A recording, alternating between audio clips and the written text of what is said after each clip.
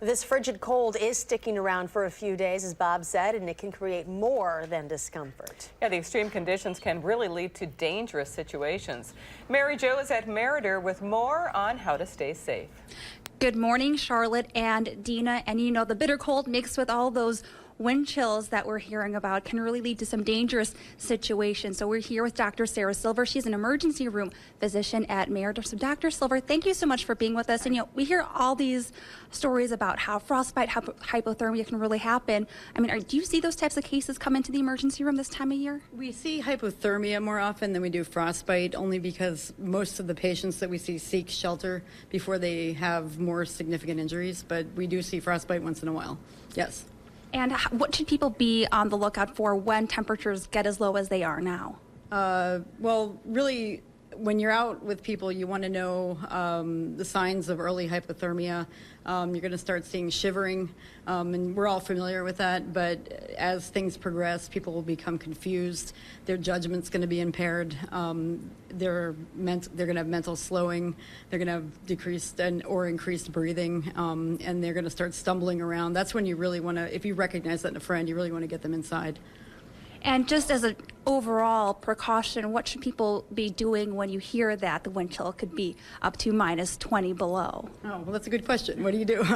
First thing is limit your cold exposure. So you really want to spend as little time outside as possible. If you look at the National Weather Service has a great chart on like a wind chill index and at what degrees you can start to see frostbite with wind chill. That being said, you really want to limit the time outside. You want to wear layers instead of just one big warm suit, like a polypropylene layer. You want to avoid cotton. You want to wear mittens instead of gloves to keep your fingers warm. You want to wear things like wool or things that shed moisture. Again, limit cold exposure. So you want to put on gloves before you go out and shovel the snow so you don't have your hands touching bare metal, because it only takes a few minutes to start seeing some changes of frostbite and things like that. So, And also to be on the lookout for your neighbors to if they're outside doing the same types of things. Your elderly neighbors, yeah, especially. And one other thing that's a corollary is that you want to watch about kids and the elderly. Young kids, especially babies and infants, and then older people, they're more likely to have problems with cold exposure. All right, well, Dr. Silver, thank you so much for being with us here this morning. Charlotte and Dina, like Dr. Silver said, if you start noticing those symptoms, early symptoms of hypothermia in yourself or a neighbor, someone you may or may not know, obviously you'll want to head out and get help immediately. All right, thank you very much, Mary Jo.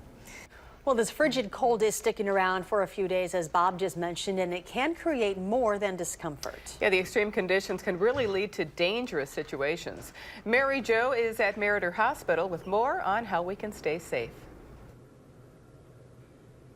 Hi, good morning, Dina and Charlotte. And all this bitter cold and those wind chills we keep hearing about, those can really heighten the risk for some dangerous health situations for folks. And with me this morning is Dr. Sarah Silver. She's an emergency room physician here at Meritor to share some tips. So Dr. Silver, thank you for being with us this morning. Sure.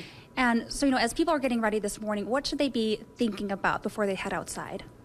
Limiting their time outside would be the best thing today, actually, and bundling up for the cold, wearing layers, getting your hands covered, covering your face, covering your head, covering anything with a point on it, fingers, toes, nose.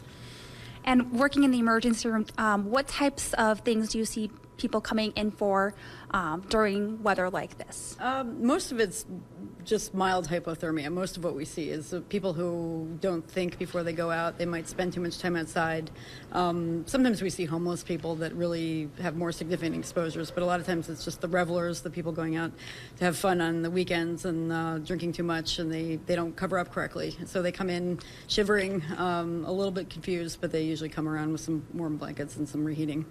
And if anyone has to be outside, whether it's for work or just getting from one place to another, what are some signs that they should be on the lookout for that, you know, it's been too long? Well, sure. As cold injury gets worse, as our temperature starts to drop, our body does everything that it can to kind of preserve our core temperature.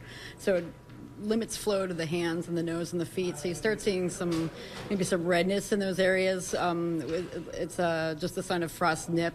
And then you may start seeing shivering. And as time progresses, you'll start seeing some mental status changes where people start looking confused. And if you notice that in a coworker or a friend, you want to get them inside. All right. Well, Dr. Silver, a lot of good information there. Thank you so much. Okay, thank you. And of course, Dina and Charlotte, just like the doctor said, you'll want to get help immediately if you start noticing those symptoms and it looks like that cold isn't going anywhere, at least for a few days here. All right, thank you.